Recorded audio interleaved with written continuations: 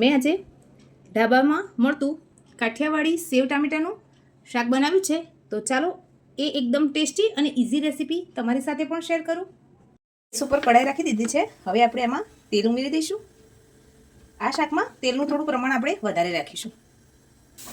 તેલ ગરમ થઈ જાય એટલે આપણે જીરું ઉમેરી દઈશું.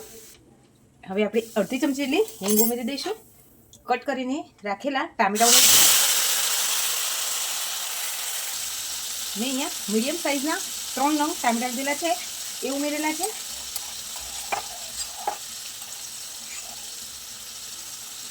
એક ચમચી જેટલું લસણને ખાંડીને રાખેલું છે, એ ઉમેરી દઈશું.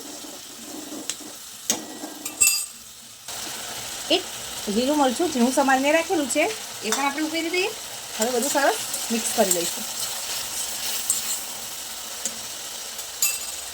આપણે રેગ્યુલર જે બેઝિક મસાલા છે એ ઉમેરીશું.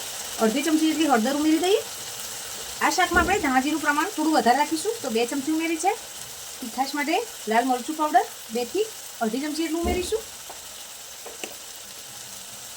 સ્વાદ પ્રમાણે મીઠું ઉમેરી દઈશું. તમે જે રીતનું મીઠું ખાતા હોય એ રીતનું ઉમેરવાનું છે.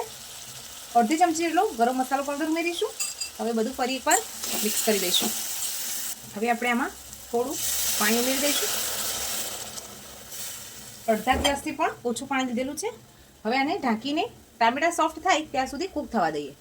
7 મિનિટ પછી આપણે ચેક કરીએ તો શાકમાં ગ્રેવી પણ સરસ છે અને ટામેટા પણ આપણા એકદમ સોફ્ટ થઈ ગયા છે.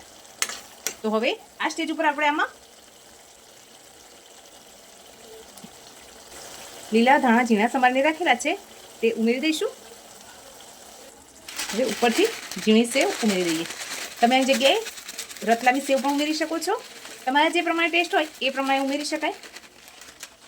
હવે બધું સરસ મિક્સ કરી લઈએ અને 2 મિનિટ માટે સેવને પણ કૂક થઈ જવા દઈએ. ટામેટાનું એકદમ ટેસ્ટી શાક. તો ચાલો આપણે એને સર્વિંગ બાઉલમાં નીકાળી લઈએ. આપણું સેવ ટામેટાનું શાક બનીને તૈયાર થઈ ગયું છે. તમને મારી રેસીપી ગમતી હોય તો લાઈક કરજો, શેર કરજો અને સબસ્ક્રાઈબ કરવાનું તો ભૂલતા જ નહીં.